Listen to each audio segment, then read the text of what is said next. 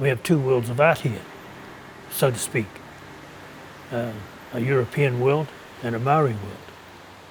So how do you place those two aspects into a place where you now want to make things happen? Prior to that particular 50s or 60s time, people were either in one camp or another.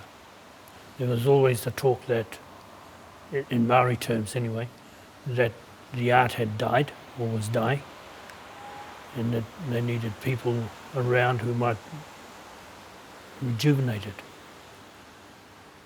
There were all these little aspects about doing things with moko, with kōwhaiwhai, with carving, but not trying to make them exactly as they were, but to incorporate them somehow into other aspects. So you had landscape painting, portrait painting, and they all became the mix for all the work that I was doing, and the family kind of came out of there.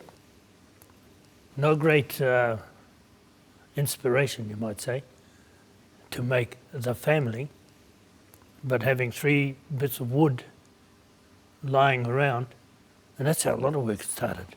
So there was no plan to make that except to think about the aspects of things that we had at the time, and try to work something out of all of those things to make something new happen.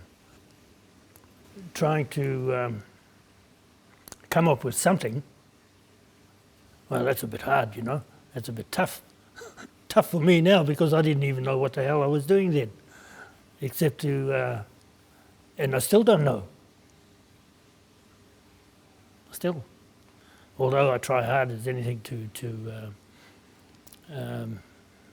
everything that sort of comes is still tough and hard, but I kind of like it like that. Yeah. You had critics who slammed the work sometimes, and others who praised it, and sometimes the comments kind of interfered.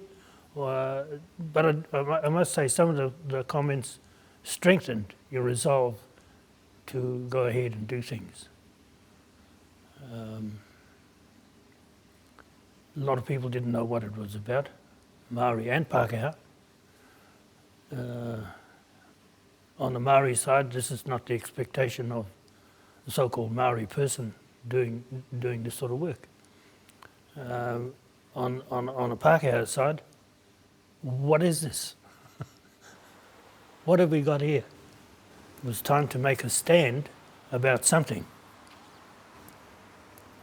If you're going to do something in this world, you better look at some aspect that you can,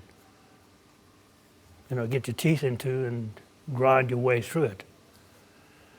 So I thought about this, and then the Te Kooti aspect just reared its head, and it's never left.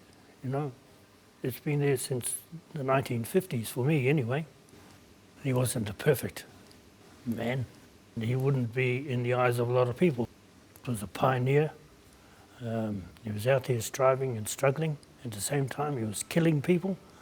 At the same time, he was inventing a religious ideal.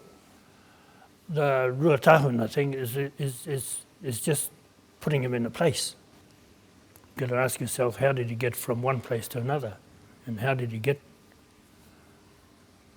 to here? And in our saying at home, he got there by horse, in that kind of language.